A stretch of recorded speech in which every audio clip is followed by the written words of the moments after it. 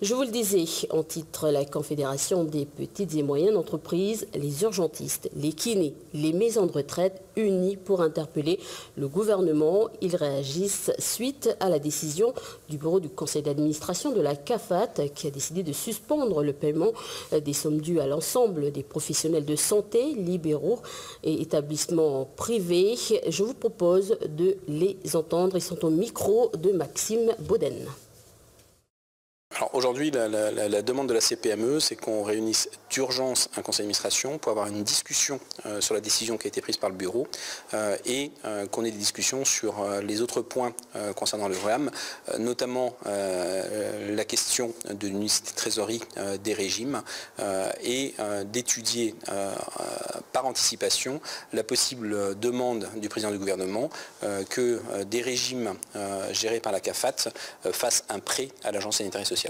Si le président du conseil d'administration de la CAFAT n'entend pas nos attentes, eh bien, les professionnels de santé ne pourront pas continuer à exercer sereinement dans ces conditions. Et donc, il est fort probable qu'ils descendent dans la rue pour se faire entendre et faire entendre la voix des salariés et de leurs patients. Et pour en parler ce soir, Jean-Rémy Buraglio, président du conseil d'administration de la CAFAT. Bonsoir. Bonsoir. Et merci d'avoir accepté notre invitation. Comment vous réagissez par rapport à ces propos?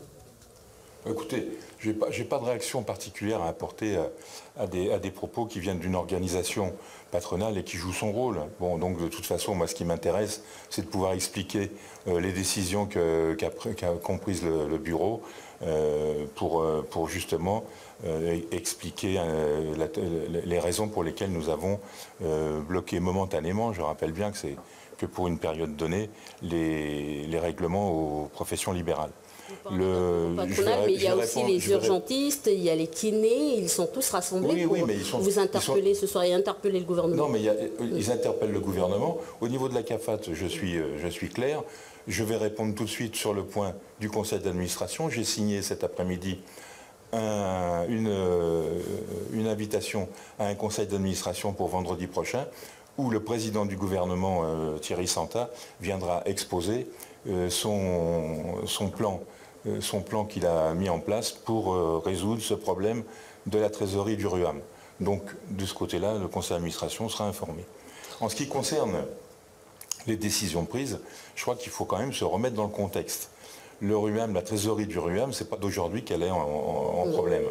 Ça fait plusieurs années que nous avons des difficultés, et d'ailleurs nous les répétons régulièrement aux gouvernements successifs qui sont passés depuis ces années, et que nous leur avons répété que le RUAM était en situation tendue, voire tout à fait en déficitaire, pour régler notamment, plus particulièrement, tout ce qui est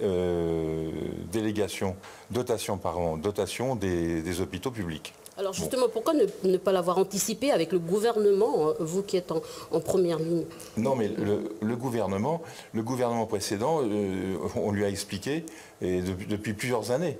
Et on a fait même des propositions. Celles-ci sont restées complètement sans réponse, sans réponse de nos courriers. Donc aujourd'hui, le gouvernement actuel vient d'être mis en place, ça fait 3-4 mois. Il leur fallait quand même le temps de voir quelles sont les dispositions qu'ils pouvaient prendre.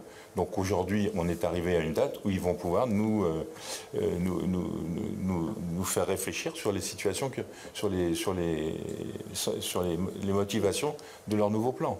Donc, tout simplement. Alors les Calédoniens également se posent des questions. On a l'impression qu'on cotise dans une passoire. Comment boucher les trous?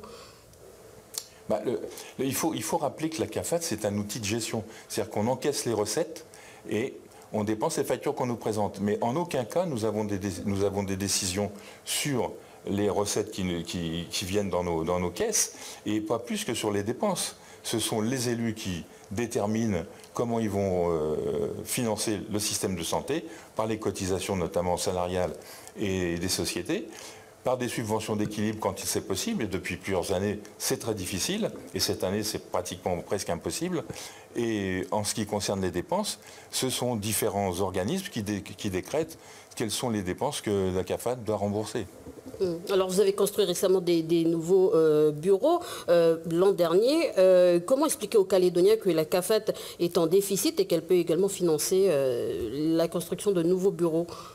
Non, mais les nouveaux bureaux sont construits par des sociétés civiles immobilières qui sont effectivement gérés individuellement et par d'autres organismes, et dont le financement est fait par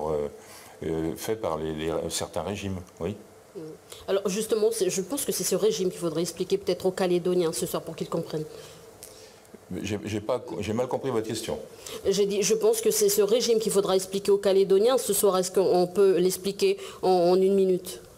C'est difficile d'expliquer des choses qui sont très compliquées. Donc, en l'occurrence, moi, je voudrais surtout porter le point sur la décision que nous avons prise.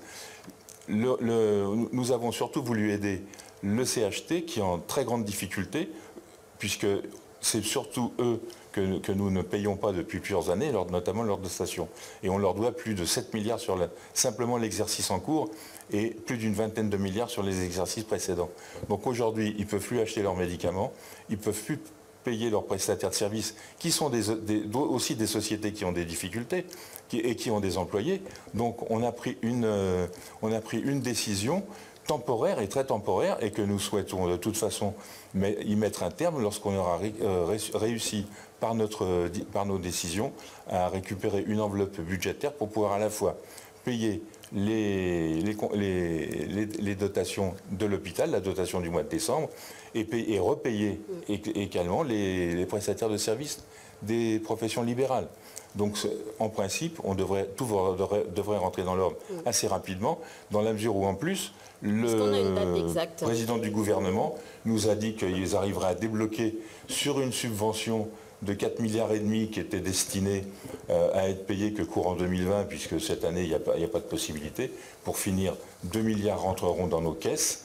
Et ça, c'est une visibilité que nous n'avions pas jusqu'à présent. Et 2 milliards rentreront dans nos caisses, et on pourra certainement mettre en place les reprises de règlement plus rapidement. Merci Jérémy Boraglio d'avoir répondu à nos questions ce soir. C'est moi qui vous remercie. Voilà, je rappelle que vous êtes le président du conseil d'administration de la CAFAT.